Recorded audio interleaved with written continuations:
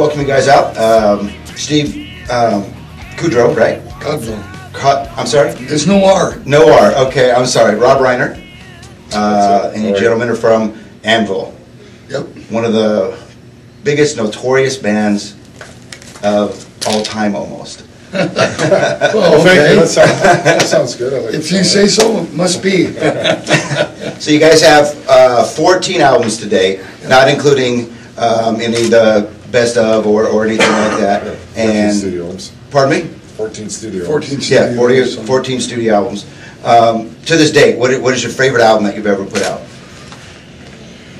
1, 2, 3. Juggernaut. Was that the album that you said, all right, this is it, this is the one? Yeah. And We really had to stand up and be counted, big time. Yes. And that was their mission, musically. Now, I mean, you know, with all the activity surrounding the movie, right. it's all about movie. We had to balance it. What about the music? Yeah, that's true. That's true. You know, and there was a lot of anticipation for it. People wanted to know what effect that success of the movie had on us. Yeah. Musically. I mean, it's like, let's hear them now. Right. And in 2008, the movie debuted to critically acclaim. Even Rolling Stone gave it huge kudos, which they never, give kudos They don't to like anything. anything. Yeah. Well, it ended up becoming the biggest rock movie, I think. Yeah, Yes. yeah, and unfortunately, I've only seen bits and pieces of it. I haven't got to see it all the way through yet. Shame on you. I know. I'm sorry. Did you guys see a big resurgence? I mean, you got to go on tour with AC/DC right after it. Well, let's put it this way: we don't have day jobs anymore. Well, that's good. That's good. So, A lot of things and we're change. living the dream. You know, making a living from playing music and writing music. And Yes. it's all about we got what we've been wanting for 35 years. Right. So yeah, did it work? Yes. So at one point, though, you guys did say, "Screw it, we're going to have to get day jobs." No. Well, no, we At one time. No, you never had to do that. No. I don't think you We have understand. those. You have day jobs To supplement, to supplement your income. Right. That's why you But do you it. just never stop that. It's not like, oh, I'm going to quit music. No, I took part-time work. Right. And heavy physical labor, particularly, doing deliveries, everything from fish to So you did some fish delivery. Yeah, I delivered, like 100-pound cases of salmon, taking them up and down stairs and stuff like that, keeping me in top physical condition. Right. It was like my morning workout Well, every day. Yeah, that's cool. And So, I mean, here I am at 55, I'm in still good physical wow, condition. 55. Wow. So that's part of the reason.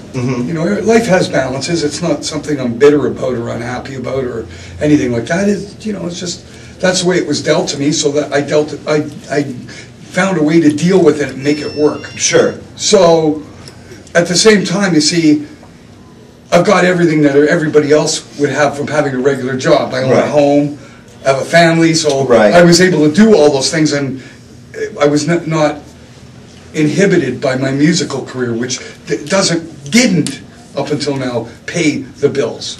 Well, it's good that it's So doing everything that. was. So the movies really helped. I set up my life so that I could do music for my entire life. That's what I did, and what eventually happened was we got really lucky. Somebody from our past, and it has to do with the people we are. Right. It really comes down to that and karma. Right. Okay. Back in '82, we met this really excited young kid who walked into the change room in the Marquee Club in London, England, when we went over in the early '80s. He introduced himself as a drummer and a major fan. We immediately took a liking to the kid to the point where we found out he had relatives in Canada where we come from, and he started visiting us. I said, well, come out on the road. And through him, we got to do what we wish we had done. Right. If you understand what I mean. Like, Rob and I have been friends since 1973, so you go see High school friends. Yeah, high school friends. So you go see bands. You always wish that you could meet the guys. This was a kid that was like, wow, he's getting to meet his favorite band. So we knew what that felt like, and we just went with it. And we really, became very close with him for a few years, and he disappears. Don't know what happened. Well, what happened was ended up going to university, ending up in the California Film School and stuff. So he and ended up became a writing for you. Yeah, well, Writing for you, correct? yeah, well, he wrote it for us. But I'm just saying that after that period of time, of course, he was a teenager. He just disappeared. Right. Went off to university, got his degrees, ended up in film school, ended up becoming a screenwriter, and wrote the movie The Terminal for Steven Spielberg. I didn't know he did that. So he became really successful, unbeknown to us, of course.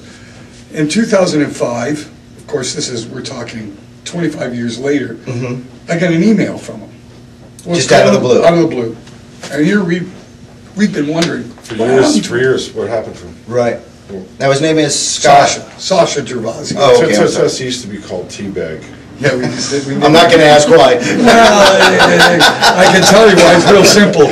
He's English, and English people drink tea. There you go. That's where. There you go. Where's Teabag? And he just disappeared. Yeah, he disappeared. But and then appeared. When he reemerged, he of course discovered that the band at that point had finished doing 12 albums, and he was astonished and actually quite blown away.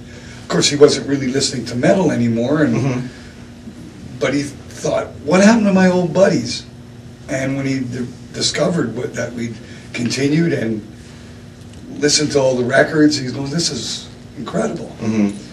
Now, he invited me down to Los Angeles, and I didn't realize what was going on. It's like, in the email says, I'm sending you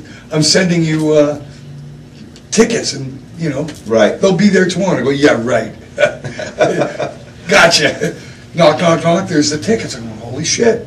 I'm going to L.A. Wow. So I get on the plane.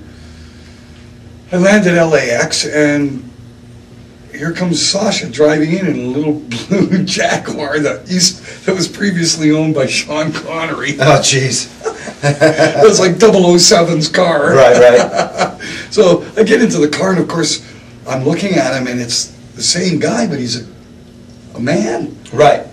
You know, this is a business professional. yeah, and it's like, whoa. You knew him as a kid, but the look in the eye and the feel still the same. It felt like not a day had passed. And it's just reigniting of old flame. Friendship was intense. He took me over to this guy by the name of Steve Zalian, who was involved in the making of Schindler's List. I didn't really know where I was going or whose house I was at, who I'm hanging out with. You were just along for the ride. I'm in LA, wow. I'm on Malibu Beach, this is awesome. I'm outside with this guy Steve's wife, Elizabeth, washing her dog, and Steve and Sasha went into the kitchen to make coffee. And Steve goes, who's this long-haired freak you brought over to my house? Well, that's Lips from the band Anvil. This is a band that's been around for many, many years, and the guy's in his 50s, and he's still at it. Really thinks he's going to make it. And he goes, that would make a great movie. And that just went ding, like that in Sasha's mind. He went, But it's a window of opportunity. This was an incredible window of opportunity that Sasha recognized immediately. Being the people that we are, we were, and the band that we are, we're always ready. Always in the midst of doing something, preparing to do something. It's what it's really all about. It's not about waiting for things to happen. You make making them happen. Life is 99% of life is actually being there to do it. That's what our philosophy is. So when Sasha came to me a week after I visited him in LA, and he sat me down at his uncle's place in Toronto, where of course we live, and we used to pick him up and take him out on the road from. Here we are 25 years later in the same house, and was it just like it always been? Just like it had always been, and it just turns to me, I'm making a movie about it. I flipped out.